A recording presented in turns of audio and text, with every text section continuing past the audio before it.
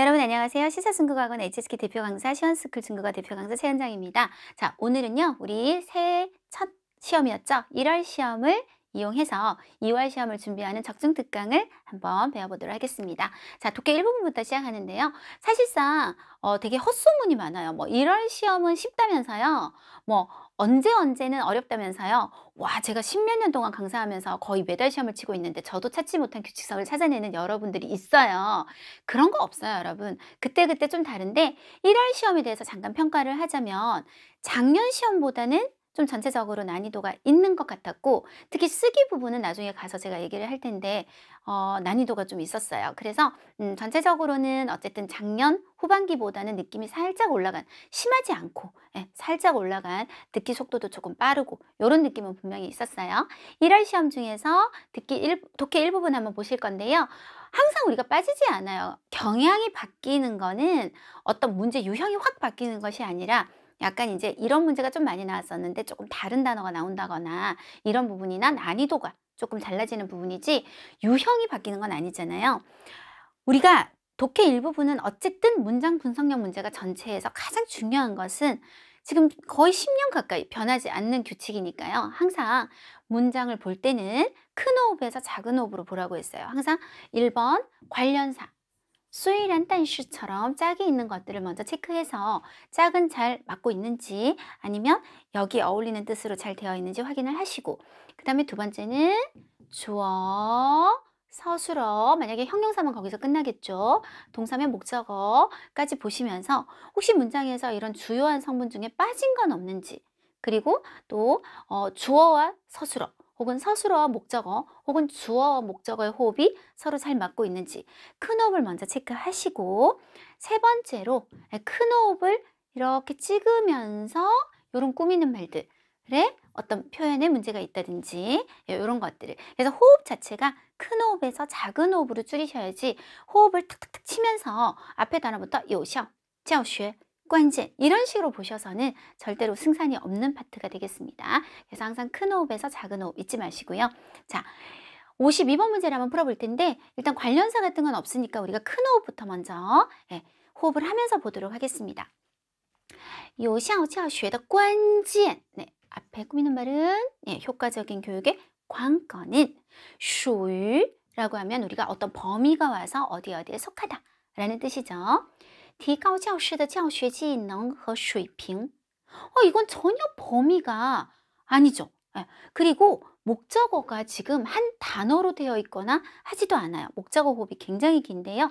그 안에 다시 提高技能和水平, 또 서술어와 목적어 구조로 되어 있는, 그래서 属于하고 전혀 서술어 큰 목적어가 맞지 않고 있어요. 그러면 이 경우는 어떻게 바꾸는 것이 맞냐? 관건은 어디에 있다라고 해서 在于를 쓰는 것이 맞는 것 같아요. 그쵸? 그래서 이 경우는 지금 서술어와 목적어의 호흡이 지금 맞지 않고 있는 그런 문제 유형이었고요. 자, 53번 한번 보시면 또 크게 호흡을 한번 해볼게요.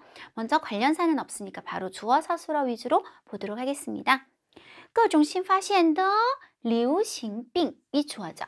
자, 동사가 10가 나왔어요. 10가 나오면 뭐뭐로 하여금 뭐뭐하게 하다, 호흡을 한 번 더 가져가셔야 되죠. 명사 찾을 거예요. 대명사 우리로 하여금 하고 다시 동사 나와요. 修改自己不良的卫生习惯이 목적어인데 修改习惯이라는 말은 여러분 따페이가 안 돼요. 修改는 가장 대표적으로 作文, 여러분이 잘못 쓴 작문을 중국인 선생님이 빨간색으로 고쳐왔을 때 제일 많이 쓰는 표현이 되겠습니다. 지금처럼 습관 같은 경우는 改正, 지금 不良더 좋지 않은 습관, 改正 혹은 改掉, 결과보를 붙여서 이런 표현으로 동사를 바꿔줘야겠죠. 역시 결과적으로 이 부분만 보게 되면 서술어와 목적어의 호흡이 맞지 않는 문제가 또 나왔었어요. 자, 이번에는 어떤 것을 한번 풀어볼 거냐면 이렇게 호흡이 맞지 않는 경우도 있고, 또 문장에서 주어가 빠졌거나 서술어가 빠졌거나 목적어가 빠진 경우도 있는데 너무 더 써서 문제가 되는 경우에 대해서 한번 보도록 할 거예요. 자, 58번 한번 보실게요. 역시 관련사는 특별히 없기 때문에 바로 주어 서술어 이렇게 호흡을 하면서 넘어가 보도록 할게요. 자, 该院的门诊,医院门诊, 门诊이라고 하면 우리가 외래는 在 언제에, 假는 우리가 휴가 혹은 假日期间이라고 하면 휴가 기간까지 在를 빼고 오시면 될 것 같아요. 照常 5급 단어인데요. 보는 시각에 따라서 좀 다르겠지만 저는 이합동사로 보통 봐요. 그래서 평소에 따라서 开诊, 외래를 엽니다. 문제가 없고요. 个别专家门诊, 일부 전문가의 외래는 停 멈춥니다. 진료를 멈춥니다. 문제 없고요. 具体要看, 구체적으로는 뭐를 봐야 합니다. 뭐를 봐야 합니다 하고 이 보다의 짝을 찾다 보니까요. 当日预约挂号的 해석 자세히 안 하셔도 돼요. 情况을 봐야 합니다 해서 문장이 끝이 나야겠죠. 근데 뒤에 为主, 이 말 왜 들어갔냐고요. 이런 경우는 오히려 문장을 다 완성해놓고 맨 끝에 쓸데없는 말을 붙여서 틀리는 경우, 그것도 문장 분석력하고 관련이 있는 문제가 되겠습니다. 그래서 앞으로 또 올해도 제가 한 달 한 달 차곡차곡 쌓아갈 건데 여러분 작년 것부터 쭉 보시는 게 훨씬 좋겠죠. 보시다 보면 문장 분석력 문제도 굉장히 다양하게 제가 여러분한테 해드리고 있으니까요. 여러 가지 유형을 한번 살펴보시면 좋겠습니다. 자, 그 다음에 일단 작년 기준만 봤을 때 3월, 4월, 8월, 11월 그러니까 4달이면 3분의 1? 나온 거예요. 그러니까 엄청 많이 나온 거죠. 여러분, 요 플러스 마이너스 체크하는 문제에 대해서 다시 한번 설명을 하도록 할게요. 또 이게 첫 번째 적중특강이신 분들도 있으니까요. 근데 저는 선생님 적중특강을 작년부터 쭉 봐왔어요. 하시는 경우는 여러분이 요 부분에 제가 설명을 할 때는 그냥 확 넘어가셔도 괜찮겠습니다. 일단 설명을 한번 해볼게요. 学习成绩好不好? 공부 성적이 좋은지도 얘기했고 또 不好, 나쁜지는 就要看 이라는 말은 지금 똑같이 들어가고 있어요. 뭐를 좀 볼 필요가 있다? 学习态度. 여러분 이거 맞을까요? 틀렸을까요? 자, 태도라는 말은 좋은 말인가요? 나쁜 말인가요? 그런 게 없죠. 태도라는 말은 좋을 수도 있고 그 안에 나쁜 것도 태도라고 할 수 있겠죠. 그런 경우는 우리가 쓰셔도 괜찮겠습니다. 자, 밑에 문장을 보시면 좋은지 나쁜지는 뭐를 좀 봐야 된다? 学习态度 하오만 얘기를 해버렸어요. 그러면 학습 태도가 좋을 때는 당연히 여러분 성적이 좋겠죠. 하지만 학습 태도가 안 좋을 때 학습 성적이 안 좋아야 될 텐데 그것의 짝이 존재하지 않기 때문에 이것은 완전히 틀린 문장이 되겠고요. 마지막 문장을 한번 보시면 学习态度好不好 역시 플러스 마이너스를 같이 맞춰줬어요. 이렇게 되면 학습 태도가 좋을 때 성적도 좋을 것이고 학습 태도가 안 좋을 때 성적도 좋지 않을 것이기 때문에 짝이 아주 잘 맞고 있어서 이런 거는 오케이입니다. 그래서 문장에서 플러스 마이너스 표현이 나올 때는 그 주변에 그것이 맞게 잘 어우러져 있는지 확인을 해보셔야 되는데 대표적으로 是不是 줄여서 是否라든지 能不能 能否 그리고 우리가 양면사라고 하는데요. 양쪽 면을 가져서 플러스 마이너스 양쪽 면 다 가지고 있는 단어들 高, 低 라든지 好, 坏 라든지 成功的成, 失败的败, 成败 라든지 胜은 승리한다는 얘기고 후는 진다는 얘기예요. 승부를 가리다라고 할 때 6급 단어 胜, 후 같은 것들이 다 우리가 좀 체크해서 봐야 되는 단어들에 속하게 되겠습니다. 자, 그러면 여러분 이번 달에 나왔던 문제 59번 한번 보도록 하면 一款产品是不是是不是가 나왔죠. 好产品 좋은 제품일 수도 있고 아닐 수도 있다는 얘기까지 일단 했다는 게 중요한 거예요. 자, 그리고 여러분 이 구문 많이 아시죠? 不是 A, 而是B. A가 아니라 B다. 이 구문에서 여러분 좀 오해를 하시는 것 중에 하나가 꼭 동사가 시여야 될 거야 라는 오해, 그리고 앞뒤 동사가 반드시 같아야 된다라는 오해. 그렇지 않고요. 뭐 시가 빠질 수도 있고 여기에 다른 동사들이 들어올 수도 있어요. 중요한 것은 A가 아니라 B다 할 때 요 뿌와 R 흐름을 잡는 건데 지금 보시면 여기는 시는 없어요. 그쵸? 이것이 아니라 R 시 이것입니다 하고 흐름이 이어지고 있어요. 자, 뭐가 아니라 取决于라고 하면 뒤에 것에 달려있다. 달려있는 것이 아니다. 그래서 是否해서 해석을 자세히 안 하셔도 이것에 달려있는 것이 아니다. 이때 인지 아닌지 是不是와 굉장히 호흡을 같이 하고 있죠. 내려가서 그러면 뭐가 중요하냐? 这款产品能满足라고 해버리면 여러분 플러스적인 얘기만 하는 것이 되겠죠. 고객의 해석 안 되면 그냥 어떤 것을 만족하는 건 좋은 거잖아요, 여러분. 그러면 마이너스에 대한 언급이 맞지 않기 때문에 여기도 우리가 플러스 마이너스를 맞춰줘야 합니다. 그러면 어떻게 해야 되냐면 넝을 넝포라고 해서 플러스 마이너스를 붙여줘서 우리가 만족을 시키는 상황만 얘기하는 것이 아니라 만족을 시키지 못하는 나쁜 상황도 같이 얘기해서요. 플러스 마이너스, 플러스 마이너스, 플러스 마이너스 흐름을 잘 맞춰주시는 것이 중요하겠습니다. 네, 굉장히 자주 나오는 문형이라는 거. 그래서 항상 민감도가 있어야 돼요. 이런 표현들을 딱 봤을 때 플러스 마이너스다. 이렇게 여러분이 체크하는 습관을 기르시는 것이 중요하겠습니다.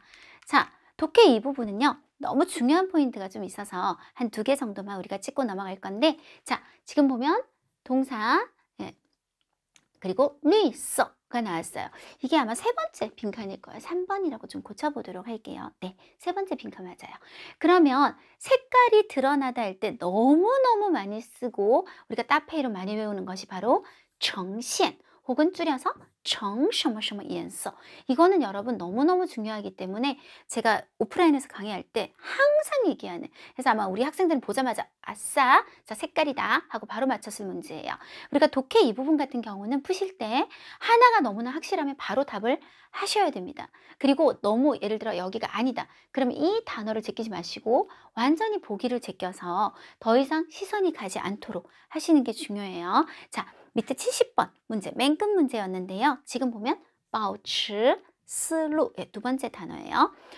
유지하다, 어떤 생각의 길, 생각의 흐름을 유지하는데 이때 생각의 흐름을 꾸미는 말이 빈칸에 나왔었어요. 일단은 요거는 굉장히 중요하기 때문에 정리를 한번 하고 갈 거예요.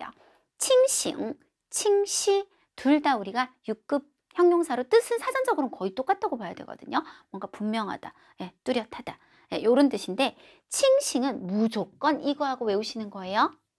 우리가 뇌 상태를 묘사해요. 头脑很清醒. 소리를 자꾸 내서 여러분 따电话 이렇게 당연히 나오는 것처럼 头脑很清醒, 头脑很清醒. 이게 뇌 상태를 묘사하는 건데 예를 들어 내가 어제 새벽 5시까지 술을 마시고 놀았다. 그래서 지금 막 머리가 어지러지하고 정신이 차려지지 않는다? 头脑不清醒. 혹은 지금 내가 너무 집중이 잘 된다. 아주 머리가 지금 개운하다. 头脑很清醒. 이거는 너무나 고정 따페예요. 꼭 외워주셔야 되고요. 칭시는 2가지로 나눠서 우리가 얘기할 거예요. 첫 번째는 눈으로 보이는 것, 보는 것, 그리고 듣는 것. 요 2가지가 아주 또렷할 때. 네, 한국어를 왜 못 찾지? 예를 들어서 칭시도라는 말을 하나 알아두시면 좋아요.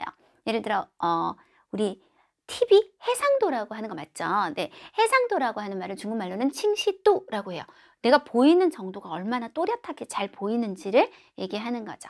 그 다음에 2번째가 제가 정말 오늘 공교롭게도 방금 수업에서 이 얘기를 하고 왔답니다. 네, 그래서 思路很清晰, 생각의 길, 생각의 흐름이, 여러분이 어떤 작문을 했는데 이게 흐름이 아주 서론 본론 결론이 명확하게 흐름이 좋다 할 때 思路很清晰. 그리고 우리 6급 단어이기 때문에 굉장히 제가 자주 강의하는 말인데 정치, 정치는요 역시나 말이나 글이 아주 흐름이 어떠냐를 얘기할 때 말이나 글의 흐름, 순서, 이런 뜻으로 생각하시면 돼요. 그래서 거의 비슷한 단어인데 정치가 헌칭시하다 그러면 이 사람이 연설을 하는데 서론 본론 결론이 혹은 글의 서론 본론 결론이 아주 흐름이 명확하다라고 할 때 정치가 헌칭시. 요거는 6급 따페이예요. 그래서 굉장히 강의를 많이 하는 편입니다.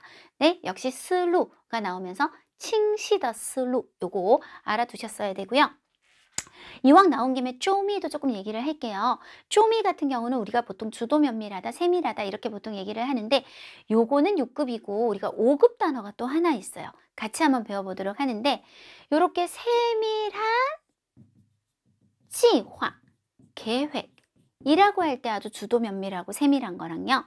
아주 세밀하고 세심한 주도 면밀한 부호, 서비스 한번 해볼까요? 제가 적지는 않을 건데 서비스, 예를 들어 짜오고 돌보는 거 요런 게 주도 면밀할 때 쓰는 단어가 따로 있어요. 둘 다 사전 뜻은 거의 똑같기 때문에 같이 비교를 한번 해볼게요. 쪼미 같은 경우는 6급 단어는 계획이 아주 주도 면밀하고 세밀할 때 씁니다. 그래서 쪼미 더 치화, 쪼미 더 치화 라고 하는 반면에 우리가 서비스가 아주 주도 면밀하고 세밀하고 세심하고 돌봐줌이 아주 세심할 때는 5급 단어로 쪼는 똑같은데 쪼다오더, 네, 쪼다오더 후라고 해요. 그래서 요거 같이 꼭 암기해 주도록 하실게요. 쪼미더 지화, 쪼다오더 후, 쪼미더 지화, 쪼다오더 후. 요거는 세트로 5급, 6급 같이 알아두시면 좋겠습니다. 자, 정진 같은 경우는요. 요 표현을 하나 외워주시면 좋아요. 이번 정징이라고 하면 굉장히 정색하다라는 뜻을 나타내요. 예를 들어 이번 정징 더 쇼라고 하면 그냥 예를 들어 예능으로 얘기하는 다큐로 받아들이는 거예요 지금. 그래서 굉장히 정색하고 너무 진지하게 말하다 라고 할 때 이번 정징 더 쇼라고 해요. 제가 예를 들어 지금 너무 긴장을 해서 카메라를 이렇게 보고 있다면 이번 정징 더 칸, 너무 이렇게 진짜 정색하고 딱 카메라를 보고 있다. 네, 이런 뜻으로 쓰게 되겠습니다. 네, 오늘 요 4개 알아두시면 또 다음에 우리가 얼마든지 만날 수 있으니까요. 좋을 것 같아요. 쓰기 넘어가도록 할게요. 아까 제가 얘기한 것처럼 쓰기가 작년 후반부 요 반년 정도는요. 굉장히 쉬웠어요. 이게 굉장히 쉽다는 게 우리가 2가지가 얘기가 될 수 있는데 일단 보고 이해하기가 너무 쉬웠고 써낼 때 어려운 단어가 별로 없었고 이거 2가지 방면이 괜찮았어요. 근데 요번 쓰기는 역시 보는 것은 그렇게 어렵지가 않은데 이게 써낼 때 단어들의 수준이 조금 녹록지가 않은 그런 느낌이 좀 있었던 거는 사실이에요. 오늘의 주인공 이름은 동화일리. 우리 주인공 이름을 까먹으면 사실상 난감하잖아요. 그런데 계속 샤오똥이라고 우리가 지칭을 하기 때문에 예, 그래서 정 기억이 안 났다면 요렇게라도 일단 갔었어야 됐고 바느질을 해서 수선하다는 단어가 오늘은 빠지면 아예 작문이 굉장히 큰 타격을 받는, 그래서 쯔부 혹은 시오부 요 표현은 둘 다 상관은 없거든요. 왔다 갔다 했었어요. 그래서 요거 꼭 썼어야 했습니다.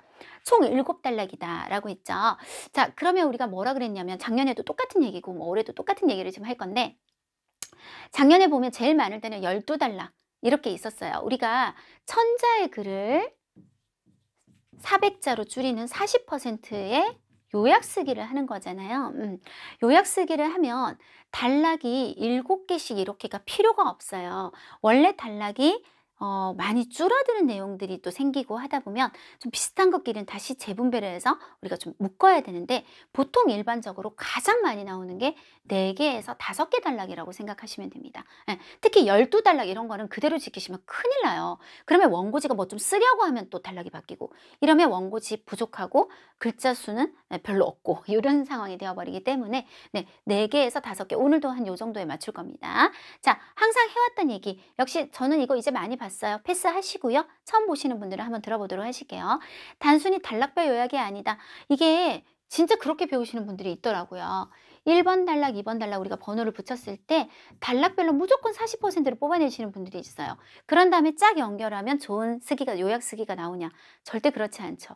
요약 쓰기는 1000자를 읽은 사람과 400자를 읽은 사람이 거의 핵심적인 정보를 얻는데 무리가 없도록 만드는 것이 관건이에요. 근데 어떤 단락은요, 정말 90%를 다 써야 되는 단락이 있는 거고, 어떤 단락은 에이, 이거는 뭐 거의 쓸 필요가 없네. 그러면 제가 10%만 쓰기도 하고.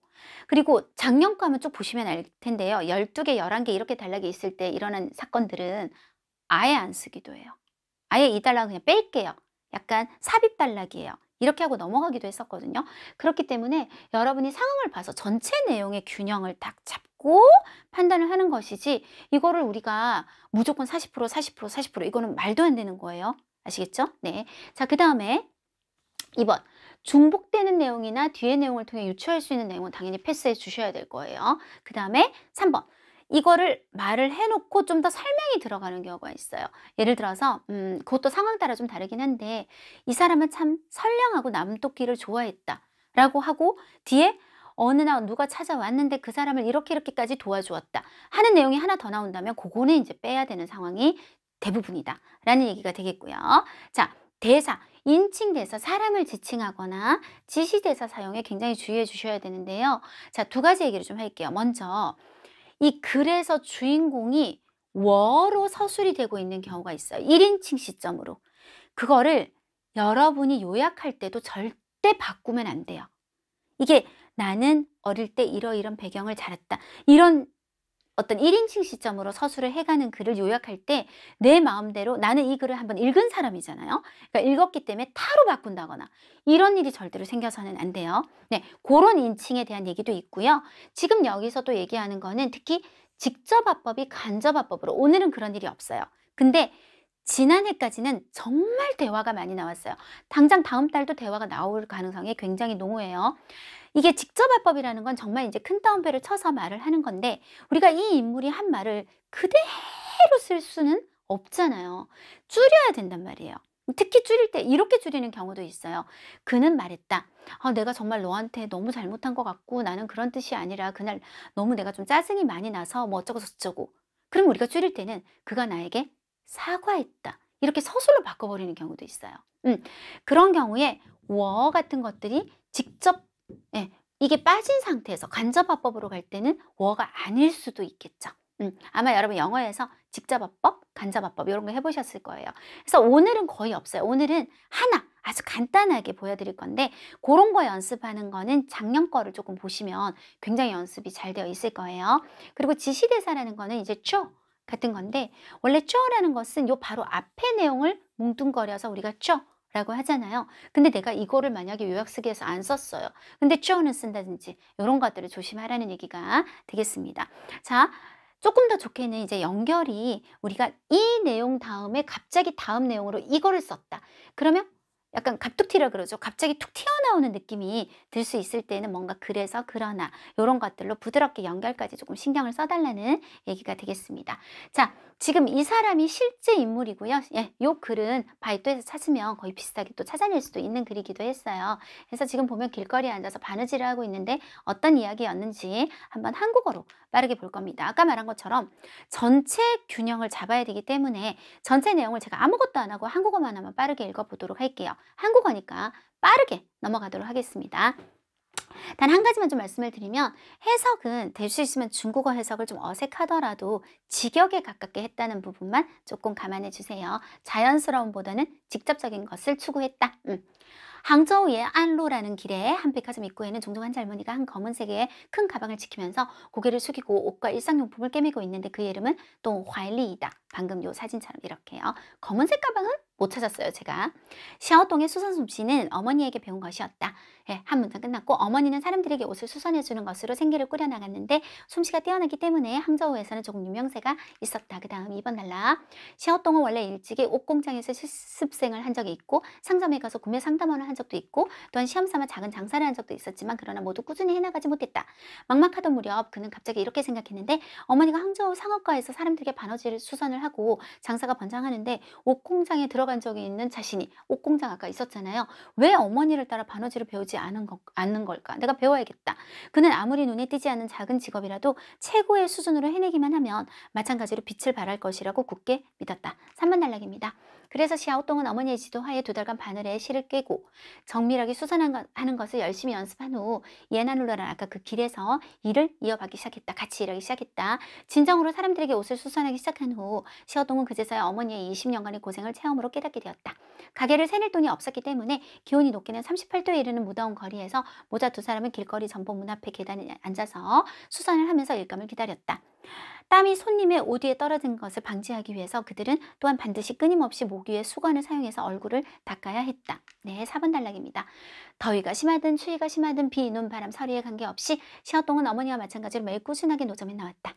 업종에 들어온 시간이 길어짐에 따라 일을 하는 시간이 길어짐에 따라 샤오동은 몇백 위안에 한 벌인 양모 셔츠를 수선한 적도 있고 비싼 거요. 10,000위안이 넘는 사치스러운 브랜드의 옷과 가방을 수선한 적도 있었다.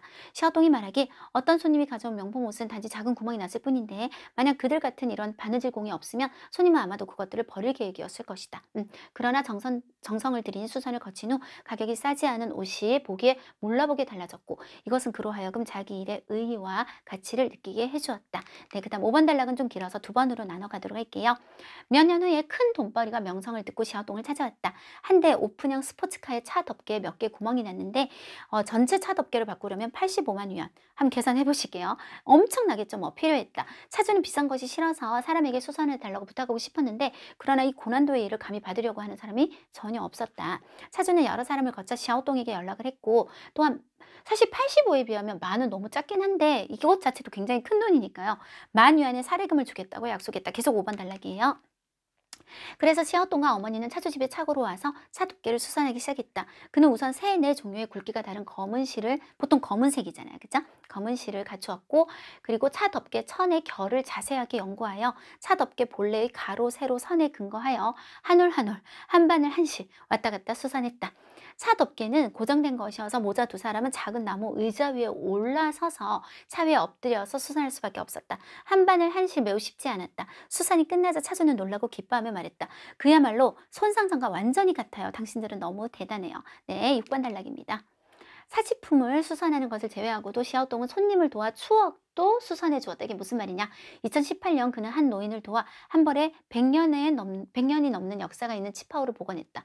후에 노인은 또 한 벌에 조상 대대로 전해지는 청나라 황제가 하사한 노란 마고자를 가지고 와서 위쪽 2개의 찢어진 구멍을 수선하고 국가에 기승하려 한다고 말했다. 일이 중대한 일이다 보니까 샤오동은 노 전문가는 자기 엄마예요. 엄마의 엄격한 점검 하에 이틀 하루 밤의 시간을 써서 심혈을 기울여 그 문물을 복원했다. 그것을 노인에게 되돌려줄 때 노인은 한동안 감동하여 눈물을 흘렸다. 바로 그때 샤오동은 갑자기 아무리 평범한 직업도 마음을 써서 하기만 하면 직업 자체를 초월하는 의의를 얻게 된다는 것을 깨닫게 되었다. 굉장히 주제성이 들어있는 문장입니다. 마지막 단락은 가볍게 단연간 적지 않은 상업 패턴이 조용히 바뀌고 있지만 그러나 그 옮겨 다니는 작은 수선 노점은 여전히 든든하게 손놀림이 빠른 바느질을 하고 있다. 로 끝이 납니다. 자, 전체적인 흐름은 우리가 이제 봤잖아요. 여기서 이제 40% 정도를 뽑아내면서 그리고 어떻게 좀 우리가 연결을 할 건지 이런 것들을 같이 한번 해보도록 하겠습니다. 자, 첫 번째 단락은 항상 많이 줄여내기가 좀 힘들어요. 왜냐면 첫 번째 단락에서 오늘 얘기할 이야기의 배경이나 주인공을 다 소개를 하는 경우가 많기 때문에 오늘도 변함없이 거의 90% 정도는 살리고 넘어가도록 하겠습니다. 항저우의 요 길의 한 백화점 입구에 자 조금 구조만 제가 좀 바꿨어요. 원래는 한 젊은이가 검은색 책가방을 지키면서 하면서 젊은이가 앞에 있었는데요. 저는 그냥 한 검은색 책가방을 지키면서 옷과 일상용품 합쳐서 이우라고 하시면 돼요. 어려운 단어는 아니거든요. 꿰매는 젊은이가 있었다. 예, 이렇게 가로가 들어간 거는 원래 표현에서 제가 변화를 시키는 거. 요 이거 이러한 小伙子 이렇게 앞을 수식 성분으로 바꿀 거예요. 그리고 이름은 얘기할 거예요. 그의 이름은 타지아오 셔머셔머. 그리고 그라고 하면 되겠죠. 그의 솜씨는 우리가 수공기술을 쇼이라는 6급 단어를 쓰죠. 네. 솜씨는 어머니에게 배운 것이었다. 자, 어머니에 대한 소개는 조금 상대적으로 가볍게 할게요. 어머니는 자 원래는 사람들에게 옷을 수선해 주는 것으로 생계를 꾸려나갔다 라고 했는데 이건 당연한 얘기잖아요. 그래서 우리가 이 A 웨이 B 구문을 한번 사용해 볼 거예요. 이 A 웨이 셩이라고 하면 A를 생계 수단으로 삼다 라는 표현이 되고 앞에 나온 것을 통해 당연히 옷 수선하는 것을 생계 수단으로 삼은 걸 알 수 있기 때문에 이것으로 이때 이것이란 말을 요건 거의 5급 수준이에요. 여러분. 이게 들어간 단어는 다 5급이기 때문에 츠 우리가 츠라고 하면 쩌로 시작하는 모든 말을 다 대체해서 쓸 수 있죠. 그래서 또이 츠 이에 대해 이런 것들 루츠 이와 같다. 전부 5급 단어에 들어있기 때문에 사실 츠 정도는 여러분이 쓸 수 있어야 된다고 저는 생각하거든요. 그래서 이것으로서 생계를 꾸려나갔고 솜씨가 뛰어났기 때문에 할 때 뛰어나다 이런 단어가 굉장히 어려웠어요. 그래서 바로 그 솜씨 자체가 좀 유명세가 있었다로 마무리 지어보도록 할게요. 자, 중국어로 한 번 더 정리해 보도록 하면 항저우延安路的 이거 해도 되고 이 지하 해도 됩니다. 百货商场门口有 이거까지만 하고 그 다음에 꾸미는 말로 넣을 거예요. 手着黑色书包 하면서 뭐를 꿰매다. 아까 우리가 절대 오늘 모르면 안 되는 단어. 织补 이우더 小伙子 젊은이가 있었다 하고 바로 연결을. 다시요. 여기 멍커 요 이거 요로요로한 小伙子가 있었는데 他叫董怀利 여기까지가 한 문장.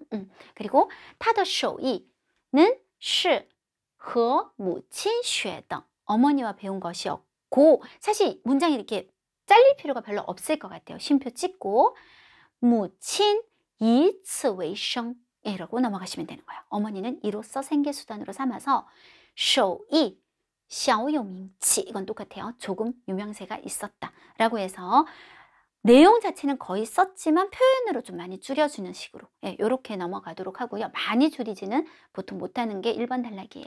2번 단락 보면 이런 것들을 잘해야 되는 거예요.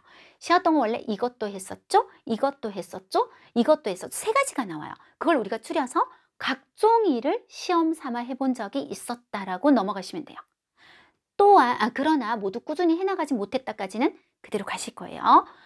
막막하던 무렵 什么什么之际 라는 단어가 6급 단어. 그런데 迷茫之际 도저히 내가 못 살리겠다면 바로 넘어가도 사실은 크게 문제가 되지는 않습니다.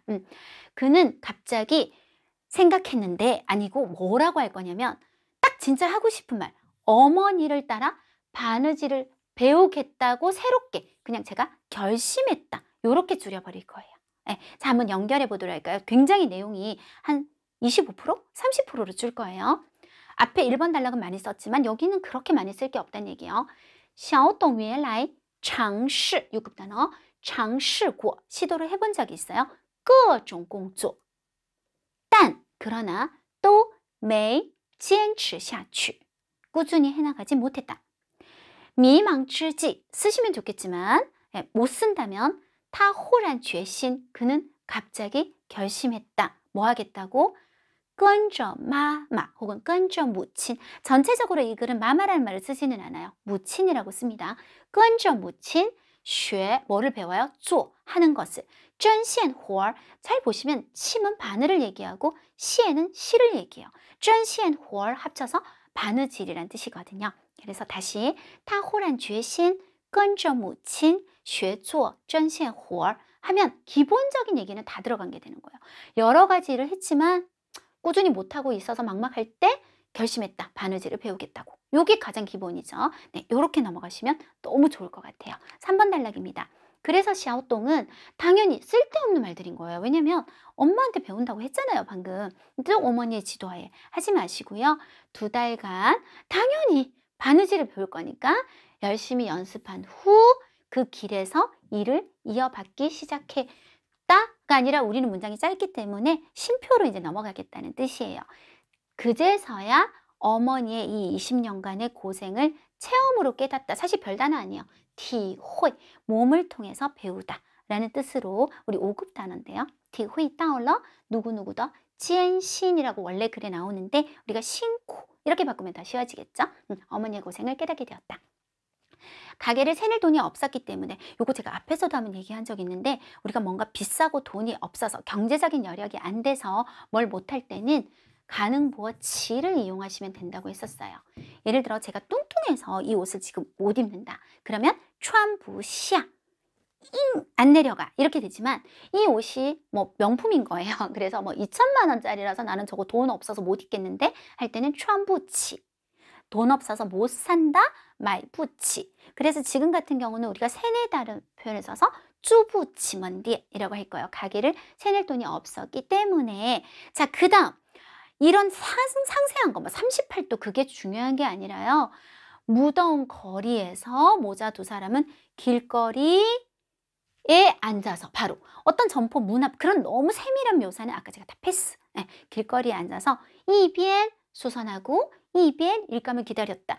그 뒤에 땀이 떨어지지 않게 이건 너무 세밀한 묘사로 들어가는 것이기 때문에 빼버릴 수 있겠습니다. 그래서 우리가 여기서 표현해야 되는 건 굉장히 길거리에서 힘들게 일을 했다는 것만 표현하면 되는 거지 뭐 땀 닦았다 뭐 그런 것까지는 우리가 줄이는 입장에서는 할 상황이 아닌 거죠. 자, 중국어로 한번 바꿔볼까요?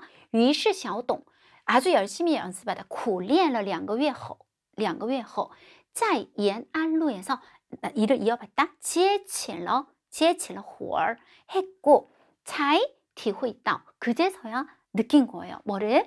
这20年来母亲这20年来的艰辛或者辛苦 하고 한 문장을 끝내시면 될 것 같아요. 그 다음은 좀 힘들게 일했다는 걸 얘기 한번 해보도록 할게요.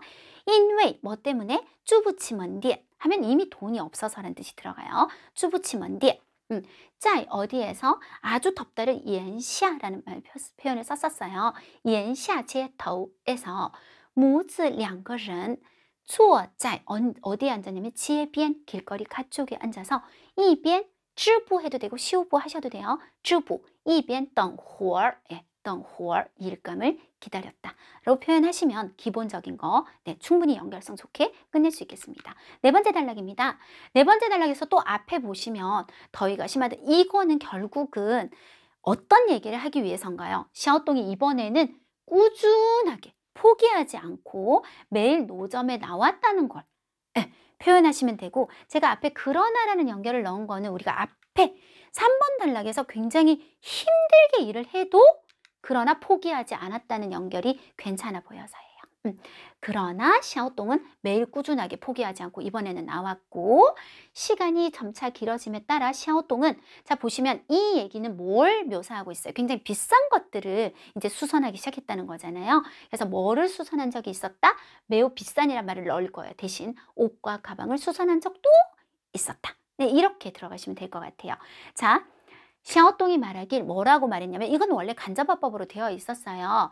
자, 다 필요 없어요. 가장 중요한 거, 정성 들여서 수선을 거친 후에 이런 비싼 것들이 이런 것들이로 대체하고 보기에 몰라보게 달라졌다는 표현이 원래는 看上去焕然一新인데, 이 말이 나는 너무 어려워. 또 6급 표현도 사실은 아니거든요. 그래서 뭐变得很新 이렇게 되게 쉽게 바꾸시면 돼요. 좀 새롭게 변한 것을 보게 되었고, 이것은 그로 하여금 뭐라고 느껴요? 자기 일의 의의와 가치를 느끼게 해주었다. 이런 흐름만 잘 잡으시면 될 것 같아요. 그래서 자, 우리가 핵심을 잘 보면 요 단락에서 중요한 내용이 뭐냐, 샤오동이 이번에는 그런 약간 되게 안 좋은 상황이지만 포기하지 않고 꾸준하게 노점에 나왔고, 시간이 길어지니까 이제 솜씨가 좋아졌다는 거예요. 비싼 것도 이제 고치게 되었고, 그 다음에 샤오동이 말하기를 이런 비싼 것들이 되게 새롭게 변하니까 자기가 의의와 가치를 깨달았다. 요게 굉장히 이제 핵심적인 표현이 되겠습니다. 중국어로 한번 바꿔보도록 할까요? 但是小童每天坚持꾸준하게, 아까는 坚持下去를 못했다 그랬거든요. 坚持出摊하면 노점에 나왔다는 뜻이에요. 나왔고, 随着 뭐에 따라서 时间渐长 시간이 渐渐的 점점 장 길어짐에 따라 샤오동은 뭐도 수선한 적이 있었다? 修补过 혹은 织补过非常贵的衣服和包도 고친 적이 있었다. 자, 뭐를 거치다라고 할 때 우리 칭구어 라는 표현 써보도록 할게요. 칭구어, 징신이란 말도 우리가 사실은 6급 단어거든요. 굉장히 정성을 들인다는 얘기예요. 징신, 쇼부, 허, 这些东西, 这些衣服, 这些包, 뭐 이런 식으로 표현을 하시면 됩니다. 이런 것들이 看上去焕然一新 아니면 看上去变得很新, 看上去很新 혹은 뭐 더 다른 표현으로 바꾸셔도 돼요. 变化很大 뭐 이렇게 하시든지 한 걸 보고서 这让他感觉到 그로 하여금 느끼게 했어요. 뭐를? 他自己他工作的 그의 일에, 자신의 일에 自己工作的라고 할까요? 自己工作的意义和价值 다시 한번 조금 정리를 해드릴게요. 자, 这让他感觉到自己工作的意义和价值 네, 이렇게 하시면 기본적인 건 끝났습니다. 5번 단락에서 우리가 또 핵심을 한번 뽑아보도록 하면, 또 여기도 너무 쓸데없는 말들이 많아요. 그래서 몇 년 후, 자, 이거는 약간 묘사적인 표현이죠. 문학적인 표현 빼시고요. 바로 들어갈 거예요. 한데 오픈형. 여기서 한자랑 표현이 너무 어렵다고 제가 좀 생각을 했는데, 자, 장펑 파우처. 장은 연다는 뜻이고 펑은 덮개를 열 수 있는 오픈형, 파우는 많이 달릴 수 있는 스포츠카. 근데 이 펑이 계속 나오기 때문에 여러분 피할 수가 없었어요. 그래서 장펑 파우처의 차 덮개에 몇 개의 구멍이 났는데 덮개를 바꾸려면 매우 비싸서란 말을 채로 넣어버릴게요. 이게 돈까지 들어가고 그러면 우리 외워지질 않아요. 너무 비싸서 차주는 샤오동에게 연락을 했고 바로 넘어가야죠. 어떻게 탔어 이 과정을, 그죠? 또한 10,000위안을 주겠다고 약속했다까지만 그냥 하면 될 것 같아요. 자, 한번 해볼게요. 几年后一辆敞篷이에요. 敞篷跑车的车棚破了几个洞. 구멍이 몇 개 났는데 차 덮개를 바꾸려면 换车棚非常贵 굉장히 비싸서 车主联系到小董 했고, 빙 또한 자, 요거는 새로 이제 제가 만들었는데 원래 표현이 굉장히 좀 어려웠기 때문에 6급을 쓸 거면 정노, 4급 정도로 내려갈 거면 따잉, 약속했다. 예, 정노 게이타 2만 위안 혹은 따잉 게이타 2만 위안 하기로 약속도 했다. 자, 그래서 샤오동과 어머니가 차주집에 차고로 가서 차 덮개를 수선하기 시작했다. 너무 세밀한 표현. 절대 못 써요. 절대 못 쓰고 여기 보면 원래는 이렇게 해서 한 발 한 발은 매우 쉽지 않았다였는데 저는 어떻게 표현할 거냐면 매우 쉽지 않게 하고 꾸며버릴 거예요. 수선이 끝나자 이렇게 넘어갈 거예요. 차주가 아주 징시라는 말 아시죠? 네. 놀라지만 시환더시 기뻐하면서 말했다. 우리 이 말 그대로 다 안 쓸 거죠? 그러면 간접화법으로 그냥 심표를 찍으시고 손상정과 완전히 같다고 말했다. 가장 핵심적인 얘기만 끄집어내시면 되겠습니다. 역시 별로 많이 쓰지 않아요. 그쵸? 于是小董和母亲来到车主的车库开始修补 해도 되고 织补 해도 돼요. 修补车棚 车 아까 요거 棚 예, 棚 예, 차 덮개를 수선하기 시작했다. 그리고 非常不易的 혹은 非常辛苦的 뭐 이런 식으로 꾸며서 이 더는 이 더겠죠. 동사를 꾸며서 예, 굉장히 쉽지 않게 뭐를 끝냈어요? 시오부 완공했어요. 완공 일을 끝내자 车主惊喜地说 굉장히 기쁘고 놀라면서 예, 和损伤前一模一样 혹은 그냥 一样을 조금 더 강조해서 완전 완전 一样 이런 식으로 이 모를 못 쓰시겠으면 완전 이양하다라고 말했다 하면 이 자체가 이 어떤 하나의 에피소드잖아요. 예, 그만큼 이제 기술도 좋아졌다는 걸 우리가 얘기를 하는 거고 그런데 이게 전도돼서 완전히 이 오픈카에 대해서 막 자세히 설명하는 거예요. 막 어떻게 하고 싶었고 막 또 가서 고치는 과정을 막 이렇게 하는 거는 이 단락의 가장 핵심을 잘 파악을 못해서 이제 그런 일이 생기는 거죠. 핵심적인 거는 기술이 좋아졌고 돈도 이제 많이 벌게 됐고 이런 것들 생각하시면 될 것 같습니다. 자, 그 다음에 이제 6번 단락은 또 다른 에피소드가 나왔었어요. 자, 제외하고도 필요 없고 샤오동은 손님을 도와 추억을 수선하다라고 해서 시오부 회의 라는 말을 썼었거든요. 예, 우리 한국어로는 이런 거를 이제 작은 따옴표를 쓰지만 중국어는 작은 따옴표가 절대 먼저 등장하는 일이 아예 없어요. 큰 따옴표만 무조건 쓰시고요. 작은 따옴표는 큰 따옴표 안에서 또 따옴표를 써야 할 때만 등장하기 때문에 굉장히 보기가 드뭅니다. 그래서 중국어로 하실 때는 큰 따옴표로 써주셔야 한다는 거. 샤오동은 손님을 도와 추억도 수선해 주었다. 그래서 이제 노인분이 나오시는데요. 2018년 그는 한 노인을 도와서 한 벌에 100년에 넘는 역사가 있는 치파오를 복원했고 후에 노인이 원래는 노인은 가지고 와서 이렇게 되는데 저는 노인이 가져온 이렇게 바로 꾸미는 말로 넣을 거예요. 문장이 뜯어지지 않고 하나로 다 합쳐지게 노인이 가져온 조상 대대로 전해진단 말은 여기 있을 거예요. 祖传的黄马과 이런 말들이 너무 어려웠다는 거예요. 제 말은.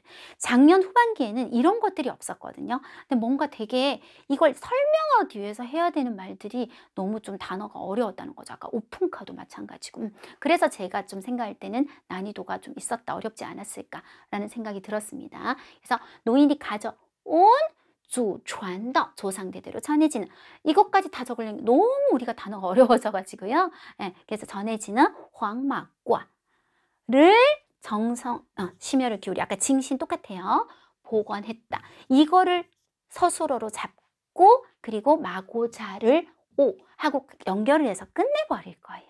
원래는 굉장히 찢어진 문장들이잖아요. 근데 후에 심혈을 기울여서 이것을 복원했다. 이것도 복원했다. 이렇게 딱딱 두 가지로 끝내고 이제 중요한 건 여기가 굉장히 여기서부터 여기까지가 이제 좀 중요한 내용이에요. 약간 주제성이 들어가기 때문에 그것을 노인에게 되돌려 줄 때 노인은 감동해서 눈물을 흘렸다. 그때 샤오동은 갑자기는 안 써도 될 것 같아서요. 아무리 평범한 직업도 마음을 써서 하기만 하면 只要 HOB 쓸게요.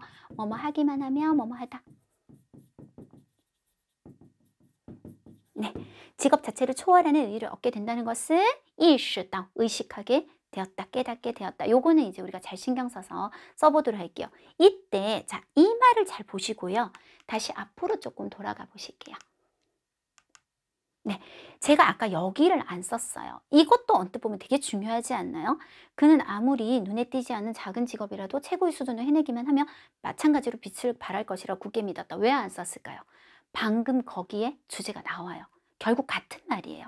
그리고 아까 여기서 자, 흐름을 다시 보시면 내가 여러 가지 일을 했는데 어떡하지? 하다가 엄마 따라 배워야겠다. 결심하고 2달간 연습해서 하면 딱 연결이 되는데 갑자기 주제성이 들어오는 건 원래 천자일 때는 괜찮았지만 우리가 지금 줄여 쓰는 입장에서는 좋지도 않았어요. 그래서 아까 그 말을 쓰지 않고 여기서 우리가 주제를 결국 같은 말이기 때문에 살려주도록 하겠습니다. 그래서 지금 6번 단락이 상대적으로 조금 내용이 많이 들어가게 되어버렸어요. 중국어로 한번 해볼게요. 小董还帮客人修补回忆 하기도 했다. 2018년 기억할 수 있으면 하시고요. 아니면 빼셔도 돼요. 他帮一位老人修复라는 말 6급 단어인데요. 복원하다.